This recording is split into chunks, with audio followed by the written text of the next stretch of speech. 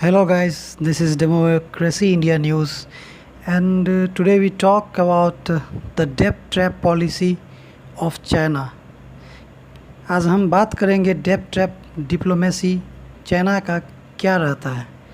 Other country के लिए जो छोटे छोटे कंट्री होते हैं जिनका जीडीपी बहुत कम होता है उनको पहले चाइना डेट ट्रैप पॉलिसी में फंसाता है और उसके बाद वो हाई डिमांड करता है उससे अपने हायर कंसर्न्स को पूरा करने के लिए, जैसे कि मिलिट्री बेसिस हो गए, इन सब चीज़ों के लिए वो फिर उस कंट्री को बाध्य कर देता है और बाद में वो कंट्री फंस कर चाइना के चुंगल में फंस जाती है और कहीं ना कहीं वो शिकार हो जाती है डेट ट्रैप पॉलिसी की।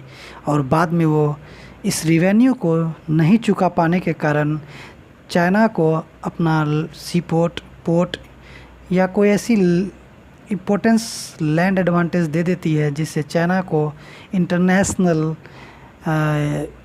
जो कि इंटरनेशनली उनको फ़ायदा पहुंचाता है।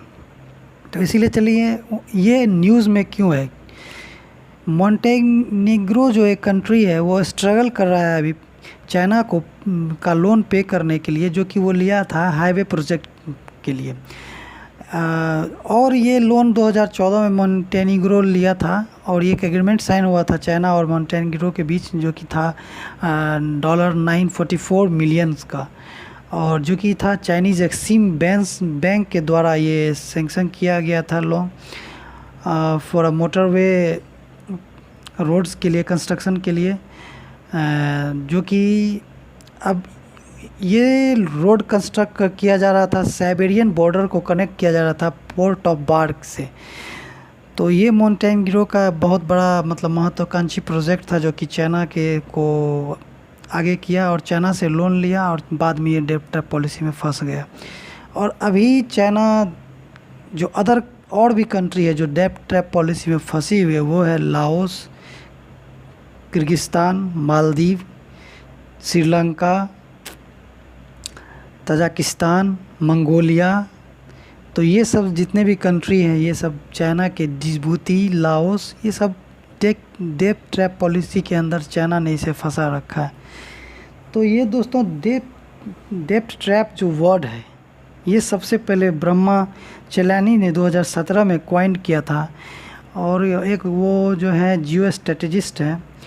और चाइना का नीति क्या होता है किसी कंट्री को डेट ट्रैप में फंसाने का, ये इनका नीति होता है कि developing nations are often lured by China's offer of cheap loans for transformative infrastructure project.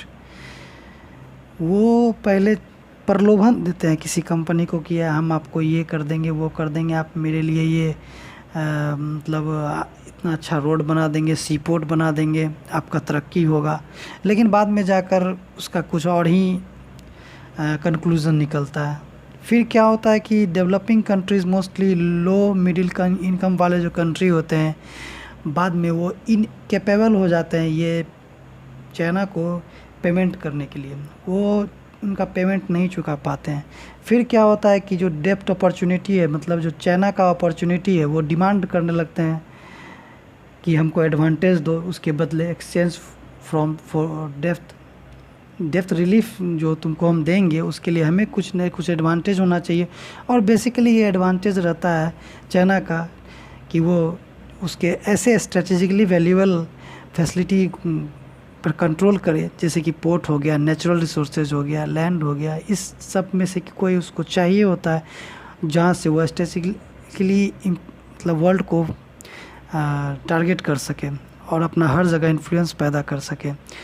और बाद में क्या होता है जब ये सब हो जाता है, फाइनेंशियल एंड इकोनॉमिक डोमिनेंस में also be converted into political leverage which can be use to influence domestic and foreign policy. अब वो किसी कंट्री के जो फॉरेन पॉलिसी होता है उसमें भी दखल अंदाजी करने लगते हैं, वहाँ का डेमोक्रेटिक स्ट्रक्चर को धूमिल करते हैं। तो ये बेसिकली 5 स्टेप होता है चाइना का किसी भी कंट्री को डेट ट्रैप में फंसाने का।